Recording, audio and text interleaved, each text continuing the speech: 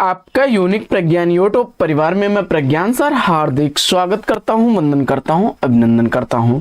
प्यारे साथियों, सुबह के 5 बज चुके हैं। जिस प्रश्नोत्तरी 50 का आप बेसब्री से करते हैं इंतजार, आपकी चहती प्रश्नोत्तरी 50 लेकर के आपके बीच उपस्थित हूं।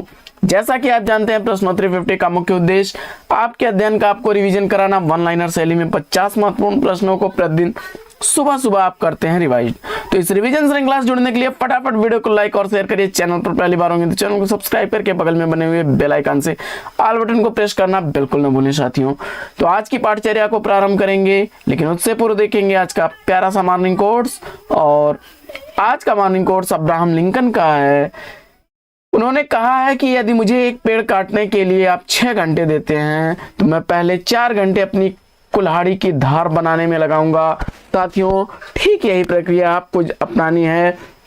एग्जाम तो आपका भले ही 3 घंटे में हो जाता है, लेकिन उसके लिए आपको जो है 3 साल की मेहनत करनी पड़ती है। तो मुझे आशा ही नहीं, पूर्ण विश्वास है कि आप अपना अध्ययन पूरी निष्ठा और ईमानदारी के साथ कर रहे होंगे और आपके अध्ययन का परिणाम भी आपको मिलेगा। तो इसी मॉर्निंग कोर्स के साथ प्रारंभ करते हैं शायद प्रश्नोत्तरी 50 को और देखते हैं आज का पहला प्रश्न। प्रश्न संख्या 1, कलंकी, कर्फ्यू, गुरु नाटकों के नाटककार कौन है? इसका आपको जवाब बताना है। दिए गए विकल्पों में आपने लक्ष्मी नारायण लाल को चुना तो बिल्कुल सही जवाब। कलंकी 1969 ईस्वी का, वहीं कर्फ्यू 1972 ईस्वी का, जबकि गुरु 1976 ईस्वी का प्रकाशित नाटक है। प्रश्न संख्या 2, दूसरा प्रश्न है कि 4 इंच की कलम कहानी के कहानीकार कौन? 4 इंच की कलम कहानी किसके द्वारा लिखी गई है? जवाब में कुसुम योगी को चुना आपने, तो राइट आंसर के साथ है। प्रश्न संख्या 3, तीसरा प्रश्न है कि आदमी नहीं टूटता किसके द्वारा लिखी गई कहानी है? आदमी नहीं टूटता यह कहानी अखिलेश द्वारा लिखी गई है। प्रश्न संख्या 4, चौथा प्रश्न है कि रामचरित चिंतामणि, रामचरित चंद्रिका किसकी रचनाएं हैं? रामचरित चिंतामणि और रामचरित चंद्रिका रामचरित उपाध्याय की रचनाएं हैं। रामचरित से याद रखिएगा रामचरित उपाध्याय, और चिंतामणि के साथ रामचरित जुड़ गया तो रामचरित उपाध्याय की रचना। रामचरित चंद्रिका भी रामचरित उपाध्याय की रचना है। रामचरित चंद्रिका का रचना काल 1919 ईस्वी, जबकि रामचरित चिंतामणि 1920 ईस्वी की प्रकाशित रचनाएं हैं। पांचवा प्रश्न, प्रश्न संख्या 5 है कि कवि दर्पण हमीरहट किस कवि की रचना है? कवि दर्पण हमीरहट ग्वाल कवि की रचना है। छठवां प्रश्न है कि शुद्ध कविता की खोज कृति के रचनाकार कौन है? शुद्ध कविता की खोज या रचना रामधारी सिंह दिनकर की रचना है। 1966 ईस्वी इस रचना का प्रकाशन वर्ष है। प्रश्न संख्या 7, सातवां प्रश्न है कि अर्धनारीश्वर निबंध के निबंधकार कौन है? अर्धनारीश्वर निबंध रामधारी सिंह दिनकर द्वारा लिखा गया निबंध है और 1952 ईस्वी इस निबंध का प्रकाशन वर्ष है। प्रश्न संख्या 8 है कि भैरवी विषपान काव्य कृतियों के रचनाकार कौन है? भैरवी विषपान काव्य रचनाएं सोहनलाल द्विवेदी की काव्य रचना है। भैरवी 1941 ईस्वी की प्रकाशित रचना, वहीं विषपान भी 1941 ईस्वी की प्रकाशित रचना है। प्रश्न संख्या 9, नौवां प्रश्न है कि तुम विद्युत बन आओ पाहुन मेरे नैनों पर पगधर। तुम विद्युत बन आओ पाहुन मेरे नैनों पर पगधर यह काव्य पंक्ति किसकी है? जवाब में महादेवी वर्मा को चुना आपने, तो राइट आंसर। 10वां प्रश्न काफी चर्चित, काफी रिपीटेड प्रश्न है कि 7 गीत वर्ष काव्य कृति के लेखक कौन है? 7 गीत वर्ष काव्य रचना लिखी गई है धर्मवीर भारती द्वारा और इस रचना का प्रकाशन वर्ष 1959 ईस्वी। 11वां प्रश्न है कि नेपाली क्रांति कथा रिपोर्टाज के लेखक कौन है? नेपाली क्रांति कथा रिपोर्टाज का लेखक पूछा जा रहा है और 1978 ईस्वी इसका जवाब बता करके आपने बिल्कुल सही उत्तर दिया है। फणीश्वर नाथ रेणु द्वारा लिखा गया यह रिपोर्टाज है नेपाली क्रांति कथा। 12वां प्रश्न है कि दिल्ली मेरा परदेश डायरी के लेखक कौन है? दिल्ली मेरा प्रदेश डायरी लिखी गई है रघुवीर सहाय द्वारा 1976 ईस्वी इसका प्रकाशन वर्ष। प्रश्न संख्या 13वां प्रश्न है कि सूर्य की अंतिम किरण से सूर्य की पहली किरण तक नाट्य कृति किसकी है? सूर्य की अंतिम किरण से सूर्य की पहली किरण तक नाट्य रचना सुरेंद्र वर्मा की रचना है और इस रचना का प्रकाशन वर्ष 1975 ईस्वी है। 14वां प्रश्न है कि नेताजी कहीन उपन्यास के लेखक कौन है? नेताजी कहीन उपन्यास मनोहर श्याम जोशी द्वारा लिखा गया उपन्यास है। 15वां प्रश्न है कि बड़ी बड़ी आंखें उपन्यास के उपन्यासकार कौन है? बड़ी बड़ी आंखें उपन्यास किसके द्वारा लिखा गया है? जवाब में उपेंद्र नाथ चुना आपने बिल्कुल सही जवाब। 1954 ईस्वी उपन्यास का प्रकाशन वर्ष है। प्रश्न संख्या 16 है कि सूर्य का स्वागत काव्य संग्रह के रचनाकार कौन है? सूर्य का स्वागत काव्य संग्रह दुष्यंत कुमार द्वारा लिखा गया 1957 ईस्वी का प्रकाशित काव्य संग्रह है। प्रश्न संख्या 17वां प्रश्न है कि मधुर स्वप्न उपन्यास के लेखक कौन है? मधुर स्वप्न उपन्यास राहुल सांकृत्यायन द्वारा लिखा गया 1950 ईस्वी का प्रकाशित उपन्यास है। प्रश्न संख्या 18 है कि तमाल के झरोखे से निबंध के निबंधकार कौन है? तमाल के झरोखे से निबंध विद्यानिवास मिश्र द्वारा लिखा गया निबंध है और 1981 ईस्वी इस निबंध का प्रकाशन वर्ष है। प्रश्न संख्या 19 है कि बुनी हुई रस्सी काव्य संग्रह के लेखक कौन है? बुनी हुई रस्सी काव्य संग्रह भवानी प्रसाद मिश्र द्वारा लिखा गया काव्य संग्रह है। प्रश्न संख्या 20वां प्रश्न है कि किसान पंचवटी यशोधरा खंड काव्य के रचयिता कौन है? किसान पंचवटी और यशोधरा यह खंड काव्य मैथिली शरण गुप्त द्वारा लिखा गया है। किसान 1916 ईस्वी का प्रकाशित, वहीं पंचवटी 1925 ईस्वी का प्रकाशित, जबकि यशोधरा 1932 ईस्वी का प्रकाशित खंड काव्य है। प्रश्न संख्या 21 है कि अंगद का पांव निबंध के निबंधकार कौन है? अंगद का पांव निबंध लिखा गया है श्रीलाल शुक्ल द्वारा और 1958 ईस्वी का प्रकाशन वर्ष है। प्रश्न संख्या 22 है कि वयम रक्षामः अपराजिता उपन्यास के उपन्यासकार कौन है? वयम रक्षामः अपराजिता ये दोनों ही उपन्यास आचार्य चतुरसेन शास्त्री द्वारा लिखे गए हैं। वयम रक्षामः 1955 ईस्वी का, जबकि अपराजिता 1952 ईस्वी का प्रकाशित उपन्यास है।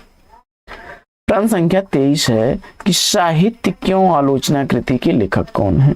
साहित्य क्यों आलोचना रचना विजय देवनारायण शाही की रचना है और 1988 ईस्वी इस रचना का प्रकाशन वर्ष है। प्रश्न संख्या 24वां प्रश्न है कि मेरी वाणी गैरिक वसना किसकी रचना है? मेरी वाणी गैरिक वसना यह कृति है धर्मवीर भारती की 1999 ईस्वी का प्रकाशन। प्रश्न संख्या 25 है कि लौटती लहरों की बांसुरी उपन्यास के उपन्यासकार कौन है? लौटती लहरों की बांसुरी उपन्यास भारत भूषण अग्रवाल द्वारा लिखा गया उपन्यास है। 1964 ईस्वी इस उपन्यास का प्रकाशन काल है। बढ़ते हैं प्रश्न संख्या 26 की तरफ।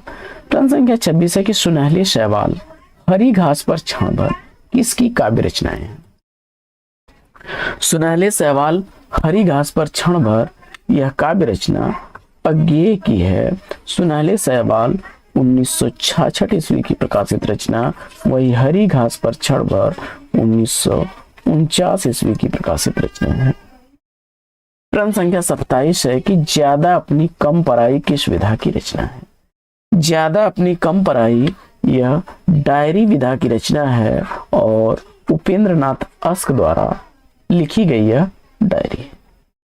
प्रश्न संख्या 28 है कि मध्य एशिया का इतिहास कृति के रचनाकार कौन है? मध्य एशिया का इतिहास राहुल सांकृत्यायन जी द्वारा लिखा गया है। प्रश्न संख्या 29, प्लेग की चुड़ैल कहानी का प्रकाशन वर्ष क्या है?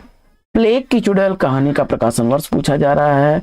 भगवान दास उत्तर चुनकर के बिल्कुल सही, लाला भगवान दास द्वारा लिखा गया है और 1902 ईस्वी का प्रकाशन वर्ष।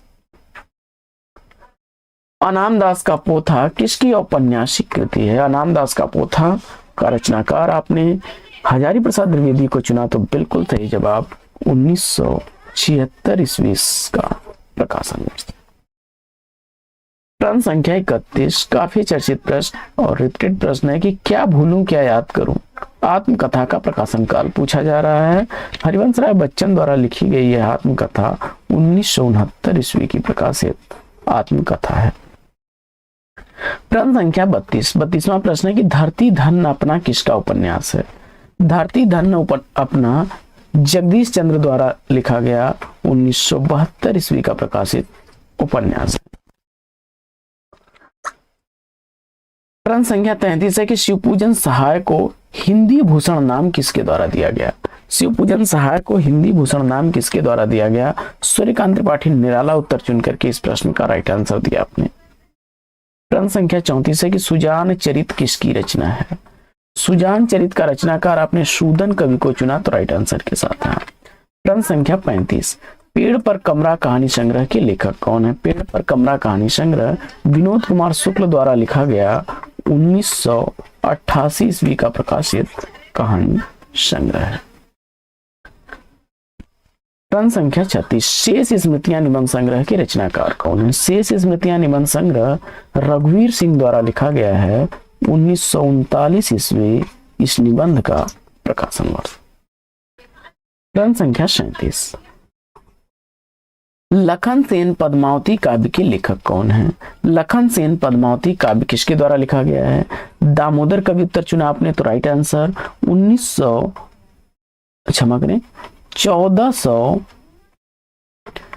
1459 ईस्वी का प्रकाशन वर्ष है। 1459 ईस्वी रचना काल है लखन सेन पद्मावती काव्य संग्रह का। दामोदर कवि की रचना है। बादशाह गुलाम बेगम नाटक के नाटककार कौन है। बादशाह गुलाम बेगम नाटक किसके द्वारा लिखा गया है। गिरिराज किशोर उत्तर चुना, तो राइट आंसर 1979 ईस्वी इसका प्रकाशन वर्ष। सेनापति उदल नाटक के नाटककार कौन है। सेनापति उदल नाटक वृंदावन लाल वर्मा द्वारा 1909 ईस्वी का प्रकाशित नाटक है। प्रश्न संख्या 40 मध्य एशिया इतिहास ग्रंथ किसका है। तो राहुल सांकृत्यायन द्वारा लिखा गया यह साहित्य अकादमी पुरस्कार से सम्मानित 1958 ईस्वी का प्रकाशित इतिहास ग्रंथ है।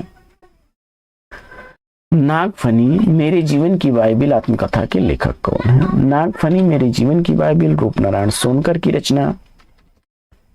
सीढ़ियों पर धूप काव्य संग्रह के रचनाकार कौन है। सीढ़ियों पर धूप काव्य संग्रह रघुवीर सहाय द्वारा लिखा गया 1960 ईस्वी का प्रकाशन वर्ष। साहित्य सुधाकर किस कवि का उपनाम है। साहित्य सुधाकर उपनाम से जाने जाते हैं नाथुराम शर्मा शंकर। प्रेमचंद्र विश्वकोश के रचनाकार कौन है। प्रेमचंद्र विश्वकोश यह कमल किशोर गोयनका द्वारा लिखी गई रचना है। राम की लड़ाई नाटक के नाटककार कौन है। राम की लड़ाई नाटक लक्ष्मी नारायण लाल द्वारा लिखा गया 1979 ईस्वी का प्रकाशित नाटक। जूही की कली कविता का प्रकाशन वर्ष पूछा जा रहा है। जूही की कली कविता सूर्यकांत त्रिपाठी निराला की रचना है और 1916 ईस्वी का प्रकाशन वर्ष है।